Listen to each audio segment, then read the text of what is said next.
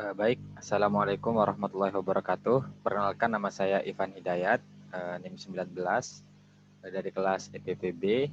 Di sini saya akan mempresentasikan atau mereview jurnal yang berjudul Technical Efficiency of Maize Farmer in Ghana, A Stochastic Frontier Approach, yang ditulis oleh Abdul Hanan Abdullah dan Awal Abdul Rahman pada tahun 2017 guna menyelesaikan tugas dari mata kuliah EPP. Baik, tujuan penelitian di sini yakni untuk menguji efisiensi petani jagung di Ghana dari perspektif parametrik.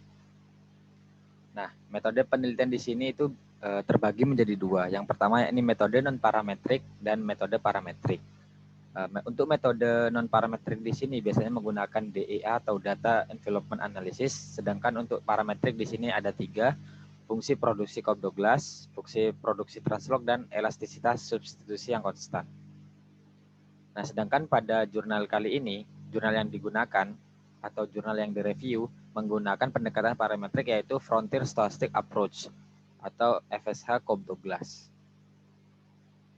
Nah, model persamaan fungsi produksi frontier terlihat pada layar yaitu YI sama dengan E buka kurung X1 titik koma AI tutup kurung plus E. Jadi E di sini sebagai error term. Nah, Y di sini yakni output atau hasil produksi, sedangkan X di sini variabel input dan A itu sebagai koefisien. Nah, error term di sini dapat dicari menggunakan rumus FI min UI atau resiko dikurangi inefisiensi teknis. Nah, pada hasil dan pembahasan jurnal ini yakni variabel atau faktor produksi yang digunakan di sini ada 5. Yang pertama luas lahan, yang kedua biaya tenaga kerja, biaya pupuk, benih dan bahan kimia pertanian atau pestisida. Untuk faktor yang diduga menyebabkan inefisiensi teknis yakni terduga 4 hal, yakni pertama karakteristik rumah tangga, baik jenis kelamin dan akses kredit. Yang kedua ini human capital dari pendidikan dan penyuluhan. Yang ketiga yakni kondisi sumber daya petani dari luas lahan atau ukuran pertanian, dan yang terakhir yakni dari pengalaman, baik usia petani maupun status keanggotaan asosiasi.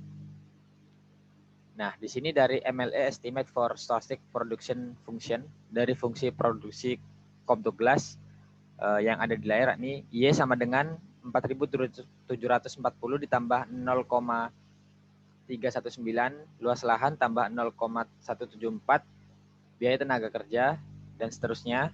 Jadi didapatkan hasil seperti berikut untuk rumusnya. Jadi variabel luas atau ukuran pertanian, biaya tenaga kerja dan bahan kimia pertanian berpengaruh signifikan terhadap output, di mana peningkatan masing-masing variabel input di atas 1% dan meningkatkan output masing-masing sebesar 0,32%, 0,17% dan 0,28%.